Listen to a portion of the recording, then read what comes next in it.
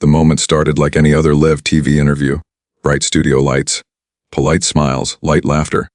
Nothing about it suggested that millions of viewers were about to witness a breakdown so raw, so personal, that it would leave the entire studio frozen in silence. Denzel Washington sat calmly in his chair, confident, composed, the image of control.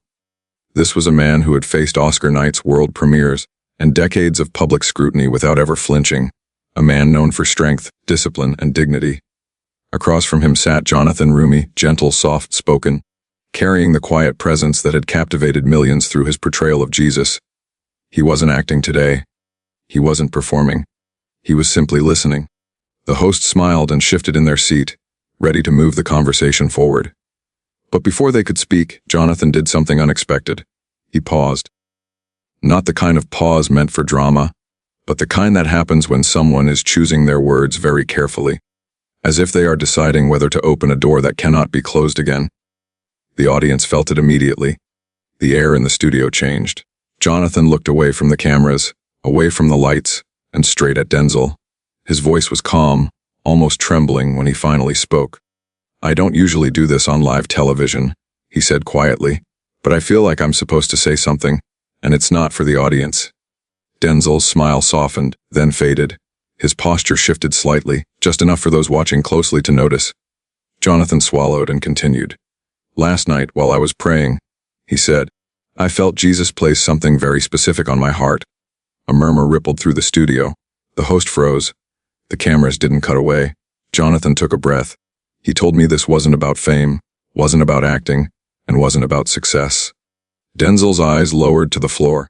Then Jonathan said the words that changed everything. "He told me to speak directly to you." The silence became unbearable. Denzel blinked slowly, as if bracing himself for something he didn't yet understand. His hands tightened together. The audience leaned forward, sensing they were about to witness something deeply personal, something that wasn't rehearsed, planned, or safe. Jonathan's voice softened even more. He said, "You've been carrying your faith quietly for a long time, and that the moments no one sees matter more than the ones the world applauds." Denzel's breath caught. His jaw tightened. His eyes filled. This was no longer an interview. This was no longer television. This was a man hearing words that felt far too specific to be coincidence. And as the cameras kept rolling, Denzel Washington did something no one expected. He broke. Before the silence fell, before the tears, before the world witnessed a moment that felt too sacred for television, everything seemed normal. The show had begun like countless others before it. Warm studio lights filled the room, reflecting softly off polished floors and sleek furniture. The host smiled effortlessly, flipping through cue cards, keeping the energy light and friendly. The audience clapped on cue, laughter came easily, and the cameras glided smoothly from face to face. Denzel Washington sat comfortably, relaxed but dignified. He didn't need to prove anything anymore. Decades in the industry had shaped him into something rare, not just a legendary actor, but a man respected for his discipline, restraint, and quiet authority. He spoke carefully, laughed politely, and answered questions with wisdom earned through time, not performance. To the audience, he looked unshakable. But inside, Denzel carried something few people ever saw. Across from him sat Jonathan Roumie. Unlike most guests, Jonathan didn't radiate celebrity energy. There was no loud confidence, no rehearsed charm. He sat with stillness, the kind that made people listen even when he wasn't speaking. Known worldwide for portraying Jesus, Jonathan had spent years immersed in scripture, prayer, and responsibility that went far beyond acting. He had spoken many times about how the role changed him, how it stripped away ego and replaced it with something heavier, accountability. Because when millions see you as a reflection of faith, every word matters. The host turned toward Jonathan with an easy smile. "So Jonathan," they said, "people around the world feel deeply connected to your portrayal. But I'm curious, how has playing Jesus affected you personally?" It was meant to be a safe question. Jonathan smiled faintly, nodded, and leaned back slightly. "I think," he said slowly, "it teaches you to listen more than you speak."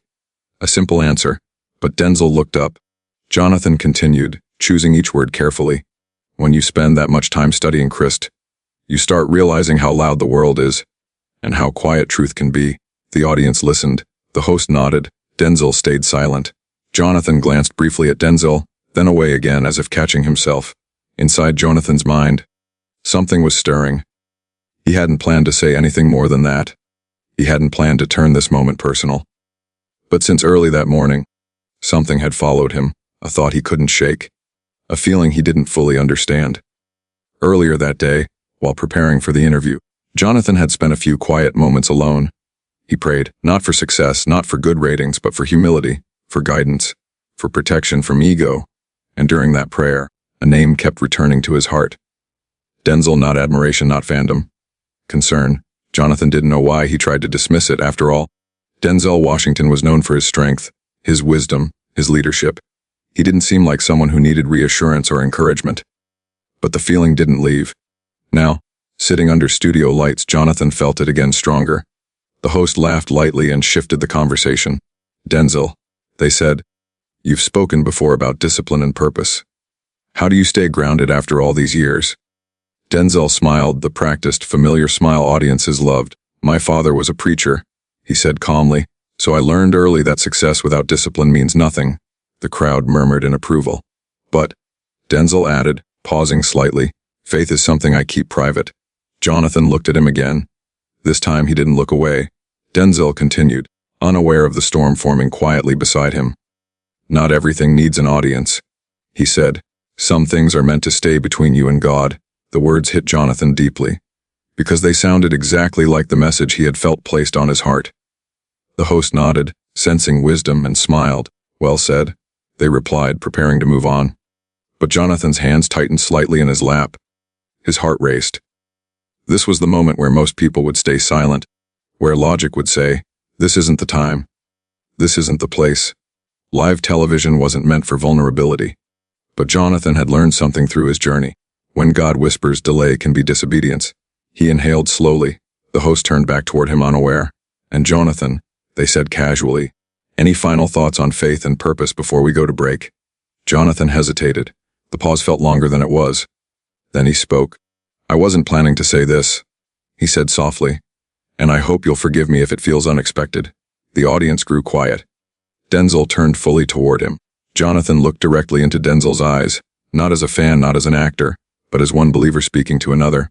I believe, Jonathan said, that sometimes God asks us to speak, not because it's comfortable, but because it's necessary. The studio went still, and in that stillness, everything was about to change. The air in the studio felt heavier now. What had once been casual conversation had shifted into something fragile, something unplanned. The audience sensed it. The host sensed it. Even the camera operators seemed to move more carefully, as if afraid to interrupt the moment forming between the two men. Jonathan Roumie sat very still. His heart was beating faster than he wanted it to. This wasn't part of the script. This wasn't a promotional talking point. And yet, the feeling pressing against his chest refused to fade. Across from him, Denzel Washington watched quietly. He had heard countless words spoken about him over the years. Praise, criticism, admiration, judgment. None of it usually touched him. He had learned long ago how to keep a respectful distance between his public life and his inner world. But something about Jonathan's tone made it different. This wasn't performance. This wasn't flattery. This wasn't a moment crafted for applause. Jonathan took another breath. There are moments, he said slowly, when God speaks so gently, you almost convince yourself it's your own thought. The audience leaned forward. But then, Jonathan continued, his voice tightening slightly, there are moments when the message keeps returning, no matter how much you try to ignore it. Denzel's expression changed. Not dramatically, not visibly, but his shoulders relaxed just a fraction, as if he were no longer guarding himself. Jonathan glanced briefly toward the host, almost apologetically, then back to Denzel. I wrestled with whether I should say this, he admitted, because it feels personal, and personal things deserve respect. Denzel nodded once slowly. Jonathan swallowed. But sometimes, he said, respect also means obedience. The word hung in the air. Obedience. Not a word often heard on live television, not a word celebrities usually choose. Jonathan's fingers trembled slightly as he continued. When I prayed last night, he said, I asked God to remove anything from me that wasn't real. The studio was silent now, no murmurs, no whispers, and instead, Jonathan said, his voice barely above a whisper, I felt him ask me a question. Denzel's eyes lifted fully to Jonathan's face. Jonathan held his gaze. He asked me. Jonathan continued, are you willing to speak even if it costs you comfort? A long pause followed. The audience didn't breathe. Jonathan exhaled slowly. "I didn't understand why that question came," he said, "not until this moment." Denzel shifted in his seat. His hands, folded together, tightened. Jonathan leaned forward just slightly. "I believe God wanted you to hear something today," he said. "And not because you asked for it, but because you've carried something quietly for a long time." The host instinctively reached for their cue cards, then stopped. This wasn't something that could be guided. Denzel's lips parted as if to speak, then closed again. Jonathan's voice softened. "There are people," he said, "who praise God loudly in public and people who carry him silently in private." Denzel swallowed. Jonathan continued. "The second kind often goes unnoticed," he said, "but heaven notices." The words struck deeper than Jonathan realized. Denzel's gaze dropped for a moment, not in shame but in recognition. The audience began to sense something intimate unfolding, something that felt almost intrusive to witness, yet impossible to look away from. Jonathan hesitated again. This was the edge, the moment where he could stop, where he could retreat back into safety. Lev TV had rules. Faith did not. "I don't know every detail of your journey," Jonathan said gently, "but I know this." He paused. "You've chosen restraint when you could have chosen applause." Denzel's breathing changed. Slow, controlled, measured. Jonathan continued carefully. "You've chosen discipline when ego would have been easier." A tear welled in Denzel's eye, unnoticed by him at first. "And you've chosen silence," Jonathan said, "when the world wanted a speech." The audience began to stir. Some clasped their hands. Some wiped their eyes. Jonathan's voice wavered. "And God wanted you to know," he said, "that none of that was unseen." Denzel closed his eyes briefly, just for a second. When he opened them again, they were glassy. "I wasn't supposed to say all this," Jonathan admitted quietly, but the message wouldn't leave. He leaned back slightly, as if exhausted by the weight of what he'd shared. "I believe God wanted to remind you," Jonathan said, "that faith carried in silence is still faith." The room felt suspended in time. No music, no applause, no interruption. Just two men, one speaking with trembling honesty, and the other standing on the edge of something he had guarded for years. Denzel inhaled deeply. His jaw tightened. His eyes shimmered. And in that moment, it became clear to everyone watching. He wasn't just listening anymore. He was breaking. And what came next would change the room forever. Time seemed to slow inside the studio. The kind of silence settled in that couldn't be edited out, the kind that makes people uncomfortable. Because it reveals too much truth, no one shifted in their seat. No one whispered. Even the host sat frozen, unsure whether they were witnessing a violation of television etiquette or something sacred. Denzel Washington stared ahead, but he wasn't seeing the studio anymore. He was somewhere else. Jonathan Roumie sat quietly now, his words hanging in the air like a final note that refused to fade. He hadn't planned to say more. He felt he'd already crossed a line, stepped into territory that wasn't meant for cameras. But then Denzel moved. Slowly, deliberately, he brought one hand to his face. At first, it looked like nothing, just a thoughtful gesture. The kind audiences had seen from him countless times in interviews. Then his fingers trembled. A soft breath escaped his chest, uneven, restrained, almost silent. Jonathan noticed first. Denzel's eyes glistened, the light catching something unmistakable. His jaw tightened as if he were trying to hold a door shut against a force pressing from inside. The host leaned forward instinctively, concern written across their face. "Denzel?" they asked gently. Denzel didn't answer. He shook his head once, slowly, not in refusal but in disbelief. Jonathan leaned forward, unsure whether to speak or remain silent.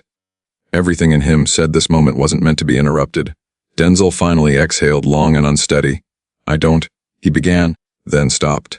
His voice failed him. The audience felt it collectively, the realization that this wasn't acting, wasn't vulnerability curated for applause. This was a man losing control of something he had held tightly for decades.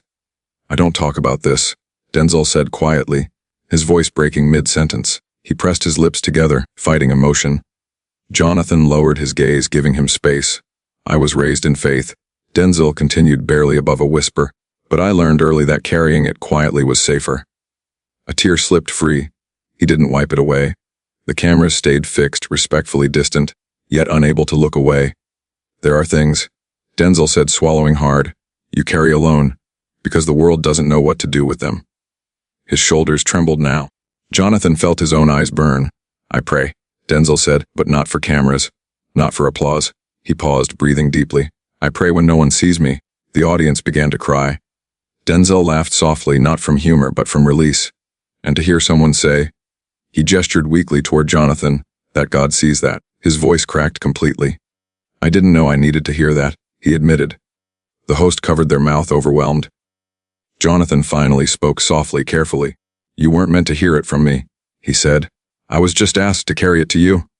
Denzel nodded, tears streaming freely now. This business, he said, shaking his head, it teaches you to harden yourself. He wiped his face unsuccessfully, to stay composed. To never let them see you bend. He looked out toward the audience, not at them, but past them. But faith bends you, he said. It humbles you. Jonathan reached out slowly, resting a gentle hand on Denzel's shoulder, not as a performer, not as a symbol, but as a brother. Denzel closed his eyes. For a moment it looked like he might stand up, or walk away, or break entirely. Instead, he did something far more powerful. He surrendered. I carry my faith quietly, Denzel said, because it's between me and God. He opened his eyes again, red and shining. But today, he said, voice steadying, I feel like God spoke back. The room erupted, not in applause but in emotion. Some audience members bowed their heads. Others wiped their faces. A few clasped hands together, praying silently. The host tried to speak, but words wouldn't come. Jonathan removed his hands slowly, respectful of the moment's intimacy. I didn't mean to expose anything, Jonathan said quietly. I just didn't want to disobey. Denzel looked at him, really looked at him, and nodded. You didn't expose me, he said. You reminded me? A long silence followed, not awkward, not empty, full. The kind of silence that only comes after truth has been spoken. And as the cameras continued rolling, it became clear to everyone watching. This wasn't a viral moment. This wasn't entertainment. This was a man encountering something he had carried silently for a lifetime. And the world had just witnessed it. The silence didn't end. It deepened. For a few long seconds after Denzel's words, no one moved, not the host, not the audience, not even the crew behind the cameras. It was as if the entire studio had collectively agreed that whatever had just happened deserved to remain untouched. Denzel sat there, shoulders slightly hunched now, no longer holding the posture of a man accustomed to command. His breathing was uneven, slow but heavy, as if every breath carried weight with it. He wiped his face once, then again, not hurried, not embarrassed, just human. I'm sorry, he said quietly, though no one had asked for an apology. I didn't expect this. Jonathan shook his head gently. There's nothing to be sorry for. Denzel nodded, but his eyes stayed downcast. When you live your life in front of people, he said softly, you learn where to place your walls. The words came slowly now, not rehearsed, not polished. You learn which parts of yourself are acceptable, and which parts you keep guarded. He paused, searching for air. I've played strong men my whole life. Denzel continued. Men who don't break. Men who don't doubt. He let out a short, broken laugh. But faith, he said, as a way of finding the cracks you didn't know you had. A quiet sob escaped him, quick, unplanned. He covered his mouth with his hand, eyes closing tightly now. The audience reacted instinctively. Someone whispered a prayer. Someone else clasped their hands together. A woman in the front row wiped tears from her cheeks. The host finally spoke, gently, carefully. Denzel, they said, voice trembling, take your time. Denzel nodded without looking up. For years, he said after a moment, I thought strength meant silence. Jonathan watched him with deep attention, saying nothing. I believed that if I kept my faith private, Denzel continued, it would stay pure. He inhaled deeply, steadying himself. But hearing what you said, he gestured toward Jonathan. It reminded me that silence doesn't mean absence. His voice cracked again. It means trust. Jonathan's eyes filled. Denzel looked up now, directly at the audience. I know there are people watching who feel the same way, he said, voice unsteady but firm. People who believe quietly, who pray alone, who feel unseen. He paused, swallowing emotion. I want you to know, he said, you're not invisible. The room shifted. This wasn't just Denzel anymore. It was collective. The audience responded not with noise, but with presence, heads bowed, hearts open. Jonathan finally spoke again, his voice barely above a whisper. This wasn't meant to be shared, he said, but maybe it was meant to be witnessed. Denzel nodded slowly. Maybe, he agreed. He wiped his face one final time and leaned back in his chair, exhausted but lighter, like someone who had just set down something heavy after carrying it for far too long. I don't break down in public, he said quietly. But I think today I needed to. The host wiped their own eyes, voice shaking. I don't think anyone here will ever forget this, they said. Denzel looked toward Jonathan again. You know, he said, managing a small smile through tears, we spend our lives pretending we're in control. Jonathan smiled faintly. But moments like this, Denzel continued, remind you who really is. The audience finally stood, not in celebration, not in applause, in respect. Some placed hands over their hearts, others closed their eyes. The cameras kept rolling, but something had changed. The invisible boundary between performance and truth had dissolved. Jonathan leaned back slightly, his role complete. He hadn't come to deliver a message, he had come to be obedient. Denzel took one final breath, grounding himself. I'll probably regret how open this was, he said softly, a hint of humor returning. But I won't regret what it meant. He looked into the camera now, not as an actor, not as a celebrity, but as a man. If faith has ever felt lonely to you, he said, know that today you weren't alone. The host nodded, unable to speak, and as the studio lights continued to glow, it became clear that this moment would travel far beyond the room. Not because it was dramatic, not because it was viral, but because it was real.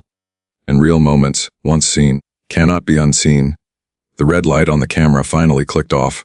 For the first time in what felt like hours, the studio exhaled. Crew members lowered their headsets.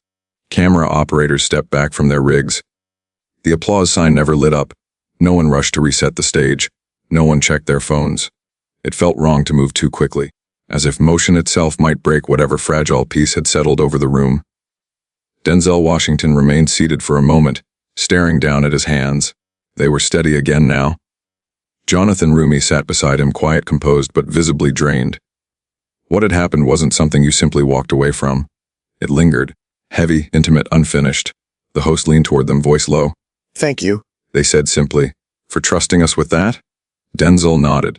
I didn't plan to, he replied softly, but maybe that's why it mattered. A production assistant approached cautiously, unsure whether to interrupt. We're off air, they said gently.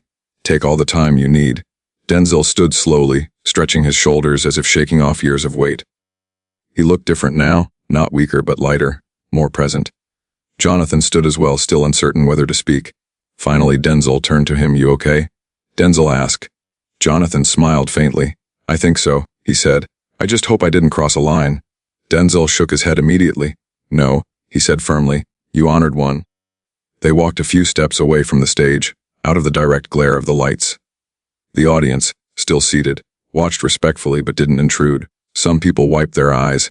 Others simply sat in silence as if unwilling to leave the moment behind. Backstage felt different too. The usual chatter was gone, no jokes, no rushed conversations. Even the most seasoned crew members spoke in hushed tones. A veteran cameraman leaned against the wall, eyes red. I've been doing this 30 years. He murmured to no one in particular. I've never seen anything like that. In the green room, Denzel sat down, finally allowing himself to breathe fully. A cup of water was placed in front of him. He took a sip, steady and deliberate. Jonathan sat across from him, hands folded. I didn't know, Jonathan said quietly, about your father, about how private you are. Denzel smiled gently. Most people don't, he replied, and that's okay. He paused, considering his words. When you grow up in faith, Denzel continued, you see both its beauty and its abuse. Jonathan nodded. So you learn to guard it, Denzel said, to protect it from performance. Jonathan exhaled slowly. That's what scared me, he admitted, that I'd turn something sacred into a moment. Denzel met his eyes. But you didn't, he said. You turned a moment into something sacred. Jonathan looked down, moved. A producer knocked softly and stepped inside. I just wanted to say. They began hesitating. We're already getting messages. Emails, calls. Denzel raised an eyebrow. From who? He asked. The producer said. People saying they felt seen. Denzel nodded slowly. That's enough, he said. Words spread quickly. Not in headlines, not in gossip, but in conversations. Audience members hugged one another as they exited the studio. Some spoke quietly about their own faith. Others simply said thank you to the staff. That night, clips of the moment began circulating, not aggressively, not sensationalized. People shared it with captions like, this felt real, and I needed this today. Denzel went home later than usual. He sat alone for a while, replaying the moment in his mind, not with regret, but with clarity. For the first time in years, he didn't feel the need to analyze it, he prayed. Not with many words, just gratitude. Jonathan, too, found himself restless that night. He wondered if he had done the right thing, If obedience always felt this heavy, his phone buzzed with a message. It was from Denzel. Thank you for listening, and for speaking when it mattered. Jonathan closed his eyes and smiled. The next day, the internet did what it always does. Some praised, some questioned, some tried to label the moment. But none of that mattered, because something quieter was happening. People were reflecting. People were opening up. People were remembering that faith didn't need to be loud to be powerful. And somewhere between the noise and the silence, a moment meant for one man had become a message for many. Long after the lights dimmed, long after the cameras stopped recording, the moment continued to live, not on screens, but in hearts. What happened that day wasn't extraordinary because a famous man cried on live television. It wasn't powerful because of who was watching or how many views it would eventually collect. It mattered because it revealed something most people hide: faith. Not the loud kind, not the polished kind, not the kind performed for approval, but the quiet kind, the kind carried in the unseen hours, the kind whispered in empty rooms, the kind that doesn't announce itself, yet holds a person together when nothing else does. Denzel Washington didn't break down because someone embarrassed him. He broke down because someone recognized him, and recognition is powerful. We live in a world that rewards noise, the loudest voice, the boldest declaration, the most visible belief. But some of the strongest faith in the world is invisible. It belongs to people who pray silently before difficult decisions, people who hold on to hope without posting about it, people who believe deeply but speak carefully, because faith to them is sacred. Those people rarely feel seen. They wonder if their quiet devotion matters. They question whether silence means weakness. They worry that faith unshared is faith wasted. That moment on live television answered those questions without preaching. It said God sees what the world doesn't applaud. Jonathan Roumie didn't speak as an actor. He didn't speak as a celebrity. He spoke as someone who listened. And that's the real lesson. Sometimes faith doesn't ask us to be bold. It asks us to be obedient. Sometimes it doesn't ask us to speak louder. It asks us to speak at the right moment and then step back. The world teaches us to protect ourselves at all costs, to guard vulnerability, to keep composure. But faith teaches something different. It teaches surrender.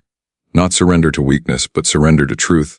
When Denzel allowed himself to be seen, not as a legend, not as a role model, not as a symbol, but as a man, it gave permission to millions of others to do the same.